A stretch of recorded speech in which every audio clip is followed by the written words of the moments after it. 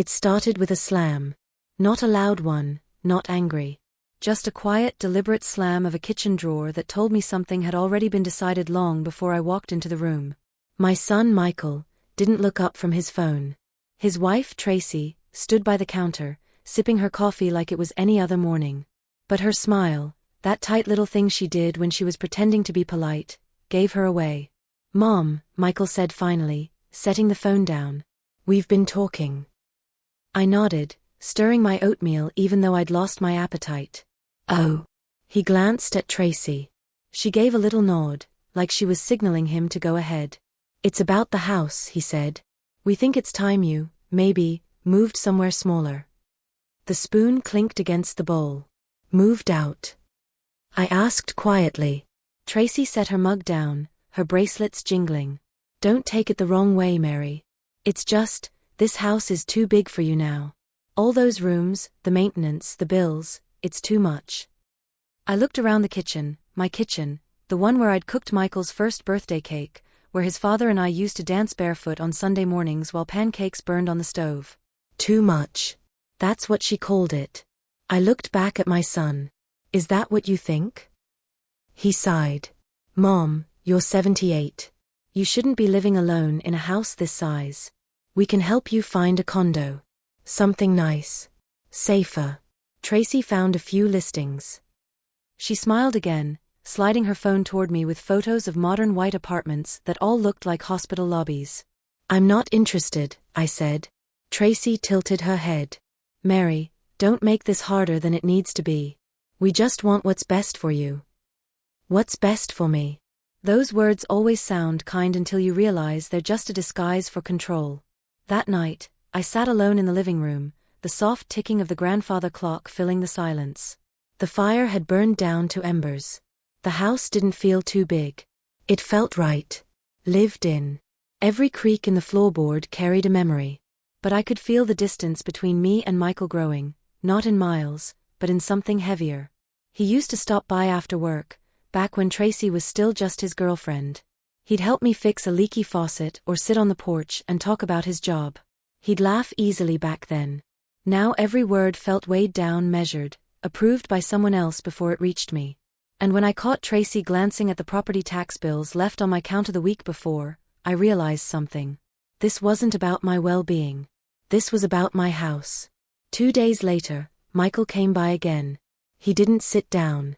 He stood in the doorway of the living room, like a guest waiting for permission to enter. "Mom," he said carefully, "you haven't looked at any of the condos we sent." "I told you, Michael," I said softly, "I'm not moving." He rubbed his neck, avoiding my eyes. "Tracy's just trying to help. You know how hard it's been since Dad passed. She worries about you." "She worries about the mortgage I paid off 20 years ago," I replied. He flinched. "That's not fair." I leaned back in my chair. "Fair? You want fair?" "Fair was when your father and I saved every penny to give you this life. Fair was when we skipped vacations so you could go to college. And now you're telling me to move out of the house we built." He opened his mouth, then closed it. His silence said everything. That night, I went into the study, Thomas's study. My late husband's desk was still there, the wood scratched from years of use. Inside the top drawer was a folder marked property deed. I ran my fingers over the embossed letters, remembering the day we signed it. We'd laughed, holding hands, calling it our forever place. I sat down and opened my checkbook. My hand shook slightly, not from age but from anger I hadn't felt in years. For a long time, I'd been patient, the quiet type who didn't fight back. But when someone tries to take your peace, your patience stops feeling like virtue and starts feeling like surrender. And I wasn't surrendering. Not this time. The next morning, Tracy showed up unannounced, holding 2 cups of coffee like a peace offering. "Good morning," she chirped. Her tone was syrupy sweet, too sweet. She set 1 cup in front of me. "Soy milk, no sugar. That's how you like it, right?" I smiled faintly. "That's how I used to like it." She blinked, then laughed awkwardly. "Anyway, I talked to a realtor friend of mine. He said you could get a great price for this place. It's a hot market, and..." I held up my hand. "Tracy, Do you know why your generation struggles with patience? She frowned. Excuse me. Because you think everything worth having should come fast. Money, success, property. You forget that some things take decades to mean something. This house took 50 years to mean what it does. She looked at me like I'd spoken another language. I'm just saying, Mary, she said softly, you can't take it with you. Maybe it's time to start letting go. Her smile didn't reach her eyes. That evening, when they both came for dinner, an invitation Tracy insisted on to keep things friendly, I decided to stay quiet and listen. They talked about real estate markets, renovations, and maximizing space. Not once did they ask how my day was.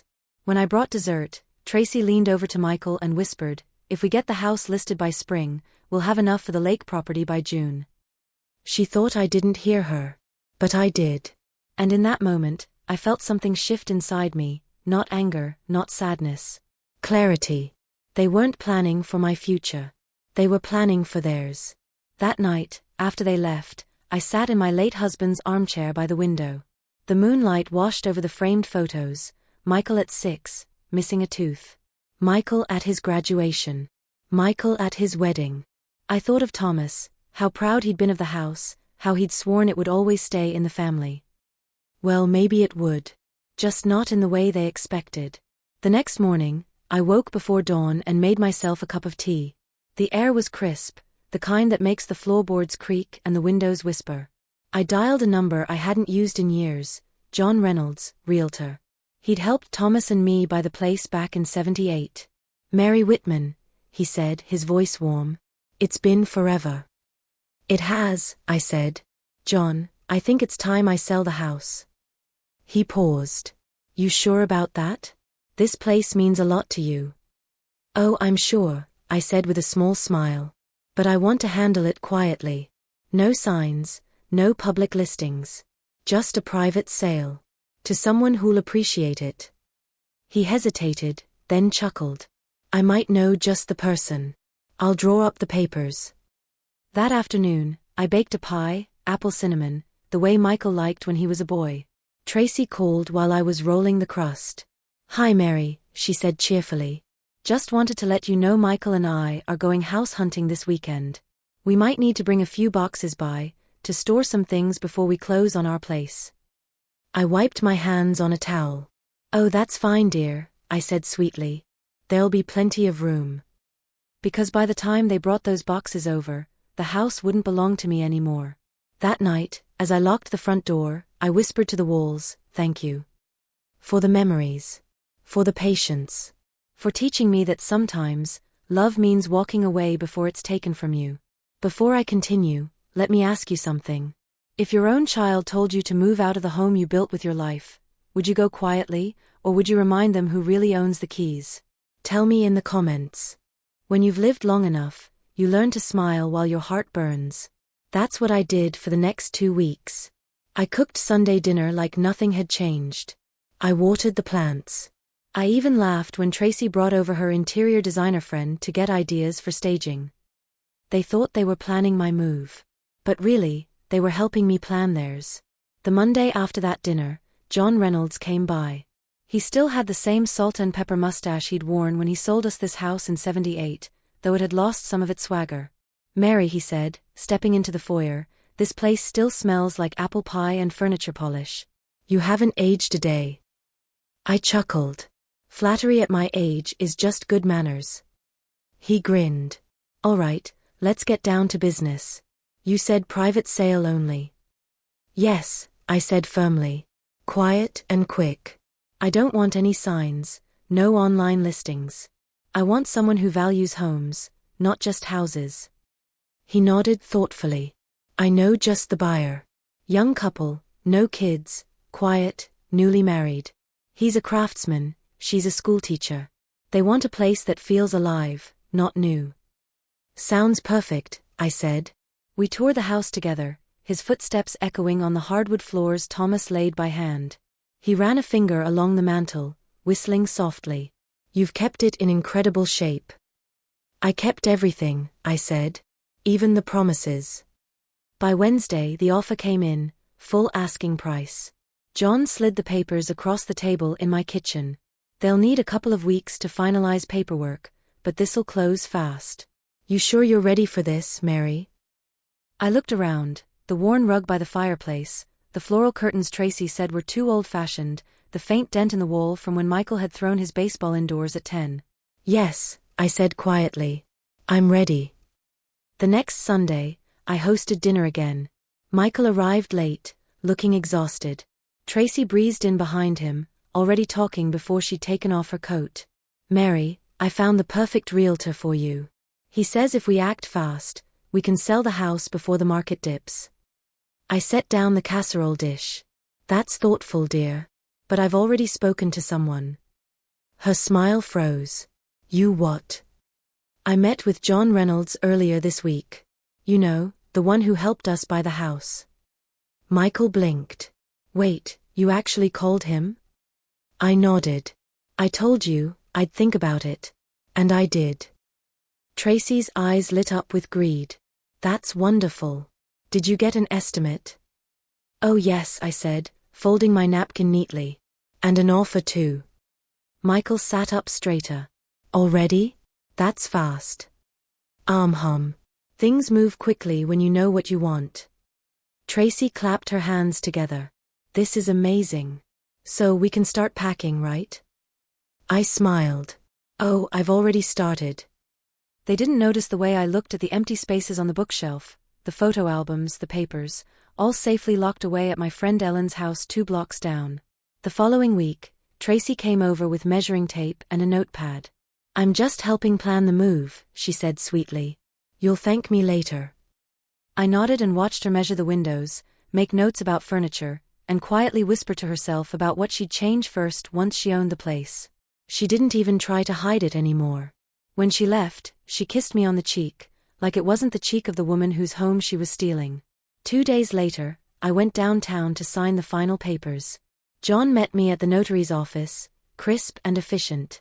Here's the final deed transfer, Mary. The buyers are thrilled. You'll receive the full payment in 3 business days. Thank you, I said, taking the pen. He paused. You're handling this with grace. But I can tell, this wasn't easy. I smiled faintly. Grace is just anger dressed in Sunday clothes. He chuckled softly. You always had a way with words. I signed the papers, my hand steady. Each stroke of the pen felt like cutting a cord that had been strangling me. When I was done, I folded the carbon copy neatly into my purse. Congratulations, John said. You're officially sold. Oh John, I said quietly, you have no idea how satisfying that sounds. That night, Tracy texted me. Dinner tomorrow night? We'll celebrate, maybe plan your new place. Red heart. I stared at the screen for a long moment, then typed back. Sure, dear. Let's celebrate. When they arrived the next evening, I had dinner ready, roast chicken, mashed potatoes, and apple pie. They came in laughing, full of energy. Michael kissed my cheek and poured wine. Mom, he said, we've been talking. Once the house sells, we'll help you move into that condo in Brookfield. You'll love it. Indoor pool, community dinners, you'll make friends. I smiled gently. That's kind of you. Tracy grinned. And it's only 10 minutes from us. We can visit all the time. Her voice sounded too rehearsed, like she was practicing a line she'd been dying to deliver. I appreciate that, I said. I'll need help with a few things after the sale goes through. Of course, Michael said. Anything you need. Good, I said, sipping my tea. Because the closing papers went through this morning. Their smiles froze. What? Tracy asked. The house, I said, keeping my tone light. It's officially sold. New owners take possession next week. For a moment, no one spoke. Then Tracy blinked. You mean we sold it, right? No, I said softly. I sold it. Michael's face went pale. You sold the house, without us? I met his eyes. I told you I'd handle it. You said you wanted me to move out, so I did what you asked. The house is no longer mine. Or yours. Tracy slammed her napkin down. You can't do that. This is our home. I raised an eyebrow. Funny. I thought it was mine until last week when you told me otherwise. She shot to her feet, voice rising. You're unbelievable. Who did you sell it to? How much? I stayed calm. Enough. Michael stood too, his hands trembling. Mom, you can't just, this was supposed to, we were planning. You were planning without me, I said quietly. Now it's my turn. He looked at me like I'd turned into a stranger. Where will you go? He asked finally. I smiled faintly. Oh, don't worry. I have a plan. They stormed out not long after, Tracy muttering under her breath about selfish old women, and throwing away everything. I stood in the doorway, watching their car pull out of the driveway. The night air was cold. The stars were bright. And for the first time in months, I felt light, like I'd finally stopped holding my breath. The next morning, I called the new owners, the young couple John had mentioned. Mrs. Whitman, the husband said. Everything's set for the handover next Friday. Perfect, I said. I'll have the keys ready. He hesitated. I just wanted to say, thank you. My wife and I fell in love with this house. We'll take good care of it. I smiled. That's all I wanted. Later that afternoon, I visited the town bank. I transferred a small portion of the sale money into a new account, my name only. The rest went into a trust. Then I met with my attorney, an old friend named Claire who'd handled our wills years ago. Mary, she said, glancing over the paperwork, you've done this beautifully. You're keeping full control over your funds, but your beneficiaries remain conditional. Conditional. I repeated. She smiled. Meaning they only inherit if they earn it. I grinned. Exactly. That night, as I packed my clothes, I found an old photograph, Michael, 6 years old, sitting on his father's shoulders, both grinning like sunlight. My eyes filled for the first time in days. I whispered, "Where did you go, my boy?" But deep down, I already knew. He hadn't gone anywhere. He just learned from the wrong person what love looked like, and mistook ownership for care. 2 days before the handover, Michael came by alone. His eyes were red, his hair uncombed. "Mom," he said quietly, "Tracy's furious. She says you embarrassed us." I folded another towel into my suitcase. Did I? He ran a hand through his hair. I just don't get it. Why would you sell the house? We could have kept it in the family. I looked up at him. The family that told me to leave? He winced. That's not what I meant. Then what did you mean, Michael? I asked softly. You wanted me out of the way. And now you have exactly that. He sank into a chair. Tracy said it was for the best. She said you'd be happier somewhere smaller. And you believed her, I said. He didn't answer. I zipped my suitcase shut and walked over to him. I'm not angry anymore, Michael. I'm just done.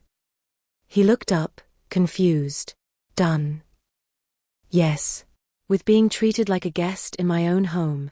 With giving until there's nothing left. With waiting for respect that never comes. He looked like a boy again in that moment, lost, small, sorry. Mom, he said finally, where will you go? I smiled softly. Somewhere peaceful. Somewhere nobody tells me it's time to leave. Before he left, I handed him a small envelope. What's this? He asked. The new owner's contact information, I said. In case you need to forward any mail. He looked at it like it was a grenade. You really did it, didn't you? Yes, I said quietly. I really did. He nodded slowly. Tracy's not going to forgive this. I smiled faintly. That's all right. I didn't ask for her forgiveness. I already have my own. When he drove away, I stood in the empty living room, surrounded by the soft echo of 50 years. The walls didn't feel sad. They felt free. And so did I.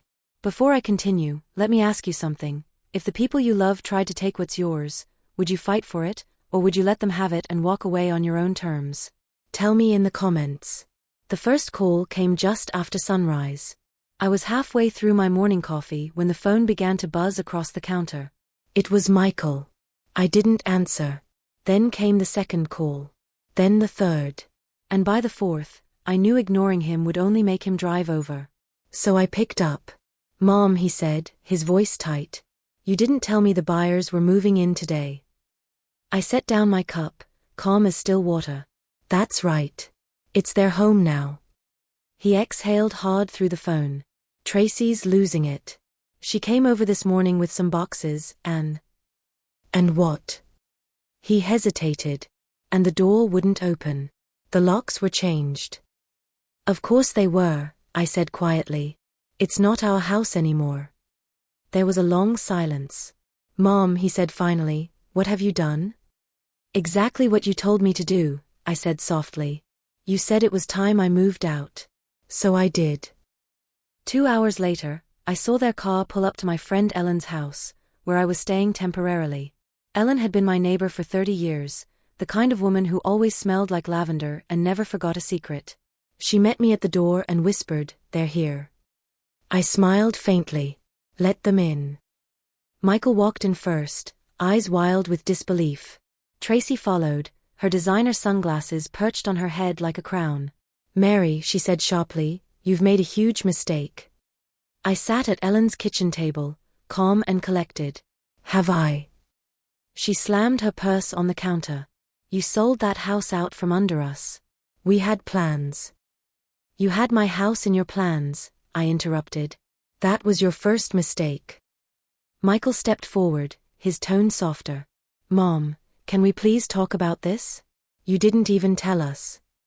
"I told you everything you needed to hear," I said. "You wanted me gone, remember?" His jaw tightened. "That's not what I meant." "We just wanted you to be comfortable somewhere smaller." I looked him straight in the eye. "No, Michael. You wanted me to be out of your way." Tracy crossed her arms. "Do you have any idea what you've done? That house was our future." I smiled faintly. "No, dear. It was my past.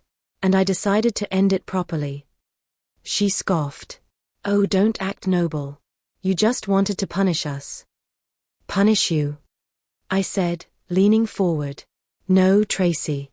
I wanted to remind you that I'm still here, and that I built that home long before you learned how to spell mortgage." Ellen hid a grin behind her teacup. Michael rubbed his temples. "You're making this worse." "I'm making it honest," I said. They didn't stay long. They left in a huff, Tracy muttering something about lawyers and mental health evaluations. I watched from the window as they pulled away, a storm in a shiny black SUV. Ellen turned to me. "You handled that beautifully." I exhaled, my hands trembling just slightly. "Maybe. But it still hurts." She touched my arm. "Of course it does. Betrayal always hurts, even when you win." Later that afternoon, I drove by the old house. The new owner's car was in the driveway, a blue sedan with a car seat in the back. The front window was open, and I could hear laughter, young genuine laughter. A woman's voice called, "Honey, can you hand me the picture hooks?" I smiled.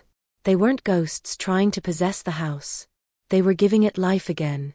That's how you know something belongs, when it breathes again after you leave. 2 days later, I got an email from my bank. Incoming transfer, $540,000. The sale was complete. For a long time, I just sat there, staring at the screen. Not because of the number, though it was more money than I'd ever held in my life, but because it represented freedom. Every bill I'd worried about, every dependency Tracy had tried to create, every guilt-laced favor they'd used to make me feel small gone. For the first time in decades, I was truly independent. That evening, I called my attorney, Claire. "Mary," she said cheerfully, "I just wanted to confirm your trust documents are active. No one can touch your funds but you." "Perfect," I said. "And the clause?" "Still there. If your son or daughter-in-law attempt to contest anything, they're disqualified from inheriting."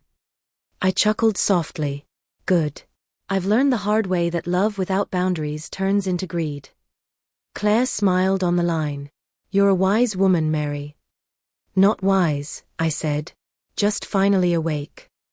That night, I slept better than I had in months. But peace never lasts long when people like Tracy are involved. The next morning, she showed up again, alone this time. Ellen opened the door, arms crossed. She's not interested in talking. Tracy pushed past her. I'm not leaving until she hears me out. I stepped into the hallway, calm as ever. Tracy, I said, you're on private property.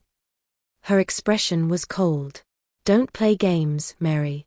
We both know you didn't think this through. Oh, I thought it through very carefully, I said. I even thought about you. She blinked. Me? Yes, I said. You see, I wanted to make sure that when I finally took my life back, you'd know it wasn't about money. It was about respect. The one thing you can't fake with a smile. Her cheeks flushed red. You think you've won? You think selling that house makes you powerful? I stepped closer, lowering my voice. No. It just means I don't owe you anything anymore. She stared at me, trembling with fury. Michael's devastated, she said. He blames himself. He should, I replied softly. Maybe it'll teach him to think for himself next time. Her eyes narrowed. You're cruel. I smiled faintly. No, dear. I'm honest. There's a difference. She left without another word. Ellen exhaled. I don't know how you stayed so calm. I shrugged. When you've buried a husband, you stop fearing loud women. We laughed until we cried. Over the next week, I began searching for a smaller place. Not a condo, not yet, but a small cottage by the edge of town. Something simple, with room for my garden and my thoughts. John found it for me, a one-story home with a porch swing and a willow tree out front. The air smelled like rain and earth. When I stepped inside, I felt it immediately, peace. This one feels like it knows how to keep secrets, I told him. He smiled. You always did have good instincts, Mary. I moved in quietly, no announcement, no invitation.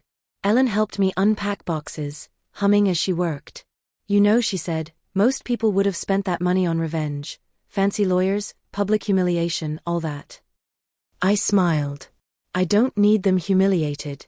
I just need them to know I didn't break. That, she said, handing me a framed photo of Thomas, is real revenge. The next week, a letter came. It was from Michael. Handwritten. The first line said, Mom, I don't know where to start. He apologized. Not for Tracy, she'd never admit she was wrong, but for himself. He wrote about how he'd let her influence him, how he'd stopped visiting, how he'd forgotten who raised him. By the time I finished reading, my hands were shaking. He ended with, I just want you to know I love you, even if you never forgive me. I folded the letter gently and placed it in my desk drawer. Forgive him? Maybe. But not yet. Forgiveness without accountability is just permission to hurt you again. That evening, Ellen came over with a bottle of wine. You look like you've seen a ghost, she said. Not a ghost, I said quietly. Just the boy I used to know trying to find his way back. We toasted, not to victory, not to revenge, but to closure. A week later, I was sitting on my porch swing when a familiar car pulled up, Michael's. He got out slowly, wearing a simple jacket and that uncertain half-smile he used to have when he was 10 and knew he was in trouble. He walked up the steps, hands in pockets. Nice place, he said softly. Thank you, I replied. It's peaceful. He nodded, eyes on the floor. I came to say sorry. For real this time. I studied his face. You already wrote that. I know, he said, but I needed to say it to your face. He sat beside me, silence hanging between us. The sound of wind through the willow filled the space where words didn't fit. After a long pause, I said, You hurt me, Michael. Not because you wanted me to move, but because you made me feel like I didn't belong in my own life anymore. His voice cracked. I didn't mean to. I know, I said. But that's the problem. You didn't mean to, you just didn't care enough to stop it. He nodded, tears welling up. I'll make it right somehow. Then start with yourself, I said gently. Be a better man than you were yesterday. That's all I ever wanted. He left quietly, no more arguing, no empty promises. As he drove away, I realized something. I wasn't waiting for him to fix it anymore.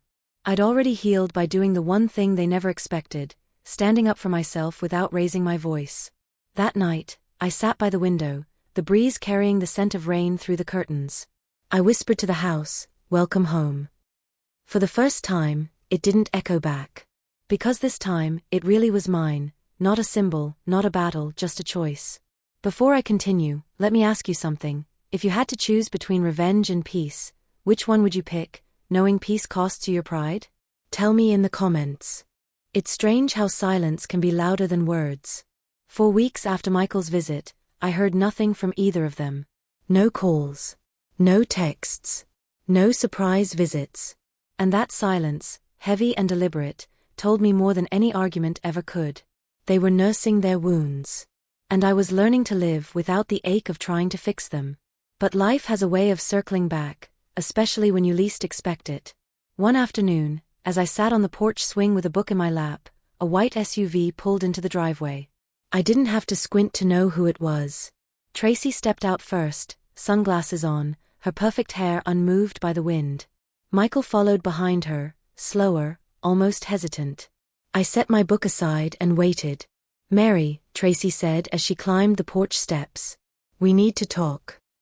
Her voice was clipped, businesslike, the same tone she used when she wanted to sound polite but planned to draw blood. I leaned back. "Then talk." She hesitated for a moment, clearly rehearsing her lines. "We just came from the bank," she said finally. "We had some unexpected news." "Oh," I said calmly. "Do tell." She shot Michael a look, urging him to continue. He swallowed hard. "The trust lawyer called.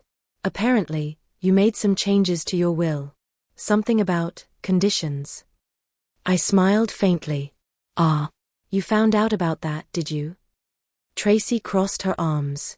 "You're punishing us. You think cutting us out of your will is some kind of lesson?" "Not a lesson," I said. "A boundary." Michael sighed.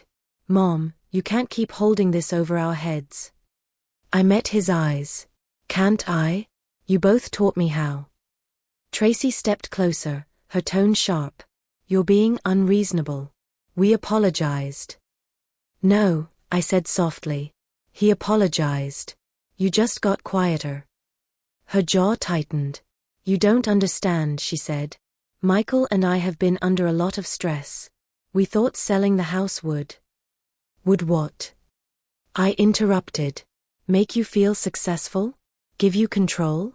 Pay off the lake property you couldn't afford." Her face flushed. "That's not fair." Neither was asking a 78-year-old widow to pack up her life so you could redecorate the past. She opened her mouth to argue, but Michael put a hand on her arm. "Tracy, enough." For the first time, I saw exhaustion in his eyes, not from me, but from her. He turned to me. "Mom, I came to tell you something else. Tracy doesn't know I'm saying this, but I quit my job." That caught me off guard. "You did what?" He rubbed his neck. "I couldn't do it anymore. Real estate, the pressure, the lies. I got so wrapped up in it all that I started treating people like deals, even you." Tracy blinked, stunned. "Michael, what are you saying?" He looked at her, voice steady. "I'm saying I'm done choosing money over people." Her expression turned to ice. "So what now?" "You're just going to play the martyr." "No," he said quietly. "I'm going to try being a son again." The silence that followed felt heavy, sacred. Tracy looked between us, her voice trembling with anger. "This is ridiculous. She's manipulating you." Michael sighed. "No, Tracy. She's finally reminding me who I used to be." That was the first time I saw it, a crack in Tracy's armor. She turned on her heel and stormed down the steps. "Fine. You two deserve each other." The car door slammed, and the sound of tires crunching on gravel faded down the road. Michael stood there for a long moment, shoulders slumped. "I didn't mean for all of this to happen," he said quietly. "I know," I replied. "But it had to." He sat down beside me on the porch swing, staring at the willow tree swaying in the breeze. "I kept thinking you'd always be there," he said. "That no matter how far I drifted, you'd still be holding the net." "I was," I said softly. "Until you started cutting holes in it." He nodded, tears brimming. "I thought I was helping you." "No," I said. "You were helping your guilt. There's a difference." He smiled faintly through the tears. You sound like Dad. I laughed softly. He would have smacked you upside the head long before I did. We both laughed, a quiet, shaky laugh that carried years of hurt and love in the same breath. Over the next few weeks, Michael came by often. Sometimes he brought coffee. Sometimes groceries. Once, he just sat quietly while I worked in the garden. He didn't talk much about Tracy, and I didn't ask. But I could tell by the stillness in his eyes that things were changing. One afternoon, I caught him staring at the old photo of our family on my mantel, me, Thomas, and a young Michael with missing front teeth. He smiled faintly. You know what I remember about that day? I looked up from my knitting. What's that? I was mad because you made me wear that awful sweater. I chuckled. The green one with the reindeer? Yeah, he said, laughing. You told me if I smiled, we could get ice cream. I only smiled for the camera because I wanted mint chocolate chip. Worked, didn't it? I said. He nodded. You always knew how to make me do the right thing, even when I didn't want to. I smiled softly. And you always knew how to test it. He looked down, serious again. I don't deserve your forgiveness. Probably not, I said gently. But you deserve a chance to earn it. A few days later, I received an unexpected call from the new homeowners of my old house. Mrs. Whitman, the husband said. I hope I'm not bothering you. It's just, we found something. Oh, I asked. What kind of something? A small wooden box in the attic. It has your initials carved on it. My heart skipped. I must have forgotten it, I said softly. Would you mind if I stopped by to pick it up? Of course, he said warmly. We'll leave it on the porch. The next morning, Michael drove me there. When we pulled up, I nearly cried. The house looked alive, curtains in the windows, flowers on the porch, children's toys in the yard. The young couple waved from the doorway, smiling. It's beautiful, I whispered. Michael parked and turned off the engine. You okay? I nodded slowly. Better than I've been in years. We walked up to the porch together. The wooden box sat on the steps, just where they said it would be. I picked it up carefully, running my fingers over the initials, M.W. I opened it. Inside were a few photographs, one of Thomas holding baby Michael, another of me in the garden, and a faded envelope labeled for later. My breath caught. It was Thomas's handwriting. I opened it carefully.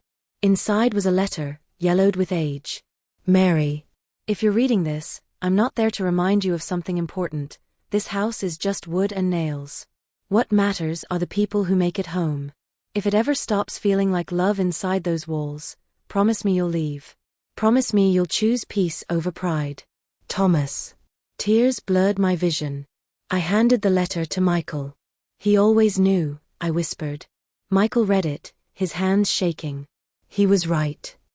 Yes, I said softly. He usually was. We sat on the porch for a long time, neither of us speaking. Finally, Michael said, Mom, thank you for not giving up on me. I smiled through the tears. You're my son, Michael. Loving you was never the problem. Forgetting how to love yourself was. He nodded, his voice breaking. I want to fix things. I want to earn your trust again. Then start by listening, I said gently. That's where healing begins. He nodded. I will. When we drove away, I didn't look back this time. The house didn't belong to me anymore, and for the first time, that didn't feel like loss. It felt like freedom. That night, I sat at my kitchen table with Thomas's letter beside a cup of tea. I read the last line again, choose peace over pride. And for the first time, I truly understood what he meant. Peace isn't what happens when everyone apologizes. It's what happens when you stop needing them to. The next morning, I wrote a note to Claire, my lawyer. Keep the trust as it is. But remove all conditions on Michael. Not Tracy, just him. He had learned the hard way what greed costs. And that, I realized, was punishment enough.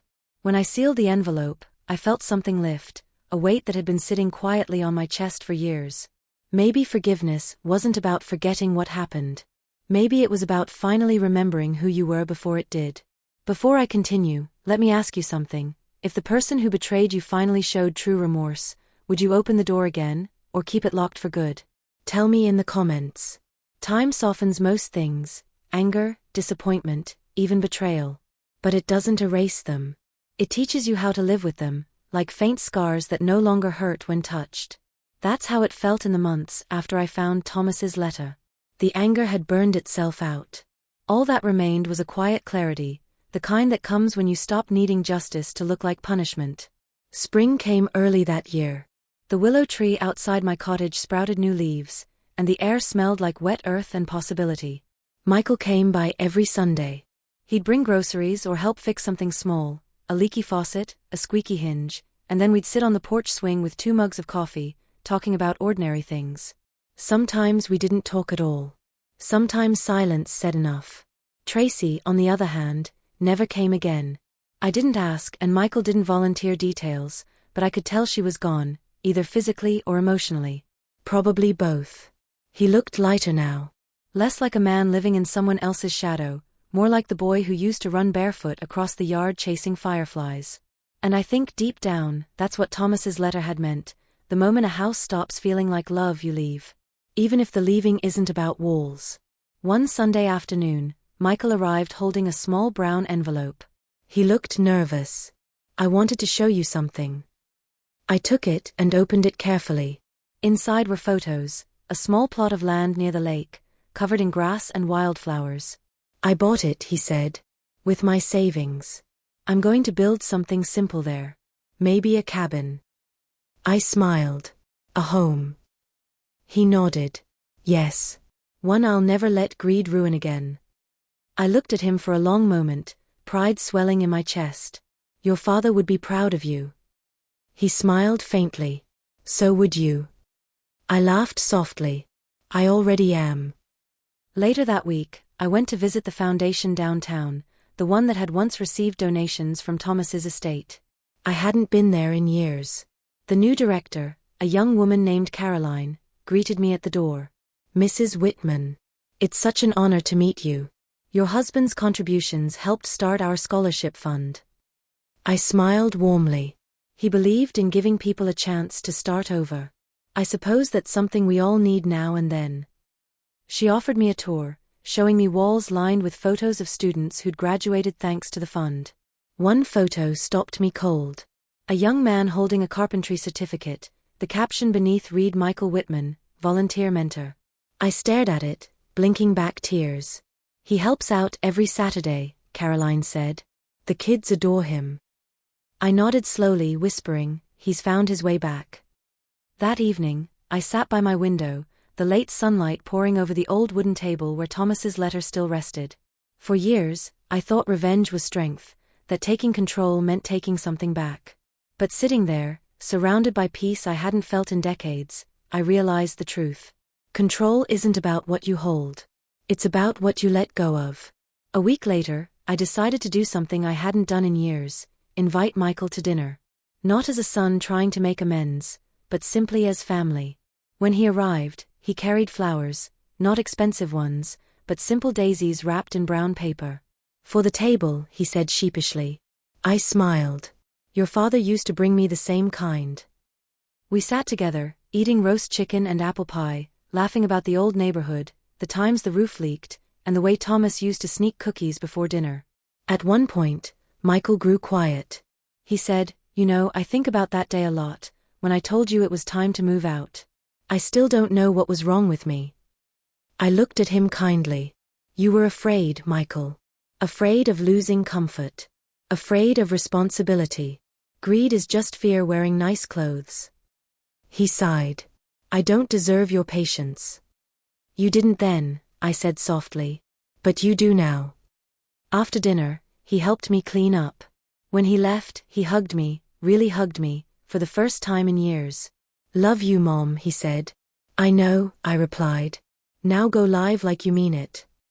That night, I took out a new notebook, fresh pages, no crossed out mistakes, and wrote. What I've learned.